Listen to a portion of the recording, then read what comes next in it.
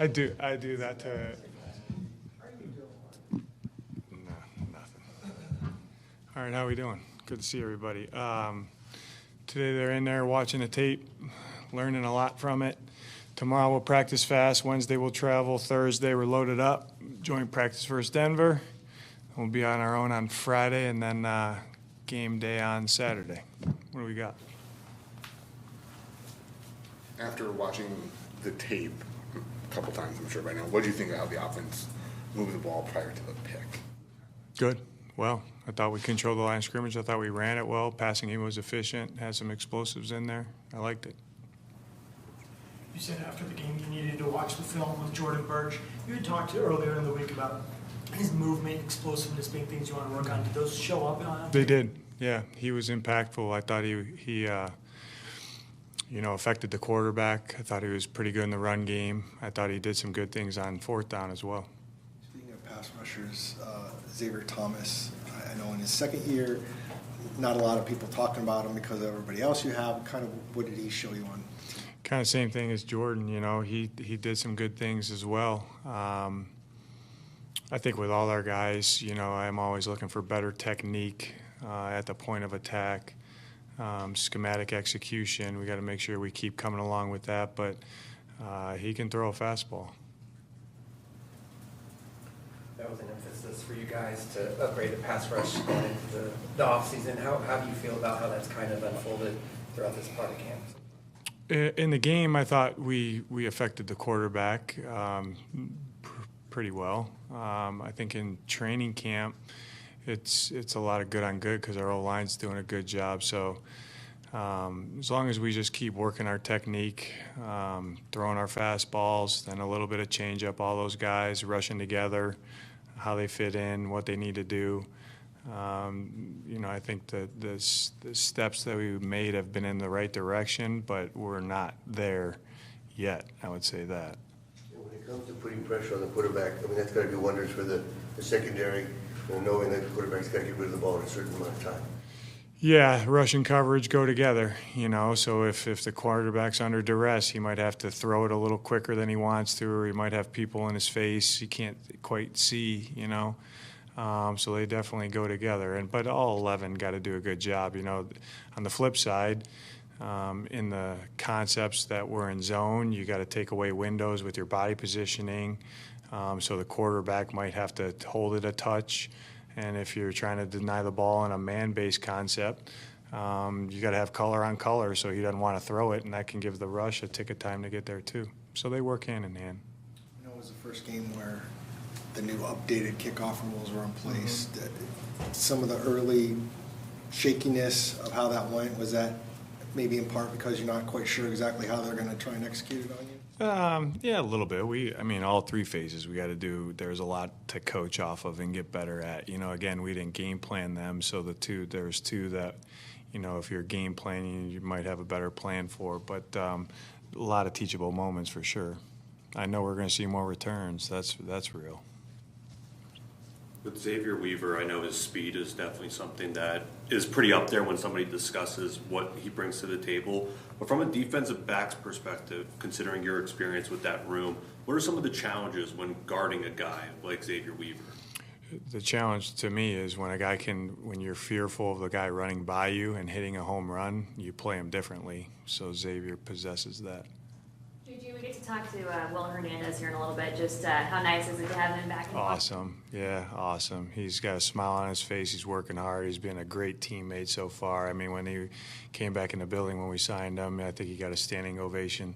And partly because not the guy and the teammate and the player that he is, the guys know what he went through, and that's a hard deal. So he's working hard, but it's good to have him in the building. Isaiah Adams, a guy who drew a lot of praise in training camp. How do you think he did on Saturday? Excellent. He's got to clean up some things on fourth down. I know you can never, duplicate a game or replicate a game in practice, but when it comes to these joint practices, how close is it to getting in, game type situations? Pretty close. Besides that, it's live. Obviously the quarterbacks will be off limits. We don't tackle. And we'll protect Denver, and they'll protect us too. So it's not how Sean runs it and how we run it. It's not much different with kind of the rules of engagement, I would call it. But you're going against different schemes, different people. It's a new stress to your central nervous system. It'll be at altitude. It'll be hot. So I'm looking forward to it. What'd you see from Marv on Saturday? Played fast, got open, caught it. What's the upside of playing at altitude or practicing out both ways? Different stressor for you. Rabbit seemed to make some plays, and we've talked about him before, and you want to use him in there. But the growth he's had from year 1 to year 2, I mean, he's not one of those guys we talk a lot about with some of the other guys coming into year 2, but it feels like he's kind of on that same path. Yeah, really good player. Patrick Toney's done an excellent job with that entire room. But Rabbit's a guy that has continued to improve. Can play multiple spots, plays fourth down as well. He's a good football player. He really is. When you look at Tony's just coaching ability, what really stands out about his method? Man, his methods are different than mine, and they are good. I know that. He's what I'm about to say is not completely different than me, hopefully, but he's extremely detailed. He explains the why really well. He can teach to different styles, so not everybody learns the same. Buddha's different than, Jalen Jones, different from all the different guys, right? So he knows how to, what they need to know, what they need to do to play good football for us. And knows how to communicate that to each guy effectively. He's got a big-time log of tape that the examples that he shows are awesome. A lot of times when you're watching tape or trying to install or teach something, certain examples might not hit home like other ones, and he's researched and he's dated out, I would say. He's kind of that high C on his disc test, analytical, so when he's got the answer after reading a book, he reads 10 more, probably 20 more. He's done an excellent job. I'm glad we have him. But and you see his room plays extremely well, and that room has a lot going on. The nickels and safeties, and him and Ryan, collaborate obviously every day with how they do things. But those guys got a lot. We put a lot on their plate, and I never worry about that room. I don't. How would Ryan kind of handle such a young green room? Awesome. I mean, everything I just said about PT is probably the same, just kind of rinse and repeat that answer. But he has a different style than Patrick. He does. And that room's a little bit different with what they need to get done schematically.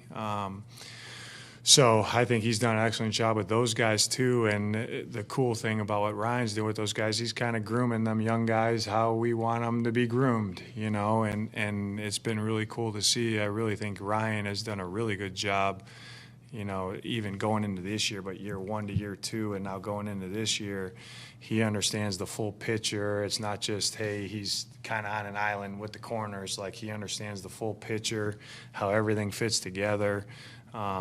The ability for him to talk about the stress and the strength of each call and how the corner's got to play different. He's doing a really good job. That's why that room's playing well too. How do you guys balance that with Garrett? Is he sometimes in one of those rooms, sometimes in the other? Yeah, Garrett's got a loaded up schedule, but I would say this that's a really good question, Teo. Like, if Garrett's in the corner meeting room, he's meeting with PT on his own. If he's in with PT's room, then he's meeting with Smitty on his own, So, and that's not just Garrett. That's a couple different guys too that are doing the same thing. So, they got a really good process, and the players get what they need, Who else balances? I mean, we got multiple guys playing different spots, like Jalen Jones is one corner and nickel, Denzel Burke corner and nickel, and we got a lot of guys that play nickel safety, so we grouped those together. That when we got here, honestly, that was a little bit different than how I've always done it, and it made a lot of sense when they told me that, and how we play is a little bit different as well. Which kind of helps how they group them together. But, normally the nickels are kind of just laced in with the corners, and the safeties are kind of on their own. Here we do it a little bit different. But I like our process, and I like what's getting taught, and I like how all those guys are playing right now, and there's a healthy competition for all those spots. I know that. Whose decision was it to group the safeties and nickels together? Nick and everybody. Nick really had the thought, way back when, and then, when we got here, we ran it by PT and Ryan, and that made the most sense.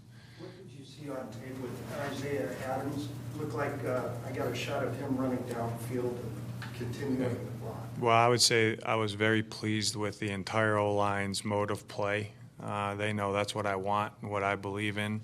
But where Isaiah has made the biggest jump to me is his technique. And then you pair that with the skill set that he has, how big and long and strong he is. When he plays with proper technique and gets to his technique before the D-line, he can win a lot of reps. And I think in doing that in OTs and then training camp, his confidence has grown, because he's kind of the proof's in the pudding. Like, when you do it like this, look what happens, And he's got a lot to work on, just like everybody, but he's playing well. Coach, Isaiah's college roommate, Tip, had told us that he was working on similar things, the technique, hand placement in the run game, footwork. Have you seen that kind of come to fruition in training camp and in the game? With Tip, yeah, I have. He's a huge piece of this offense. What we ask him to do is not an easy job a lot of times. Way back when, I learned you want to know how good your run game is look at the tight ends, see if they can block the D ends and overhang players, And our guy can do that. And so, and I like the ball that he caught on the check down, got some yardage. He can run and catch too. We got some other guys that can do that a little bit better. But I know Drew and Kyler and Ben Still, like, they feel comfortable with him in the passing game. But he's a weapon in the run game, and how we deploy him, what we ask him to do. He doesn't just always line up in the same spot, and he can get on multiple people from multiple positions and win. So his point of attack, he's winning at a high clip right now. Well, thank you. Okay, thank you.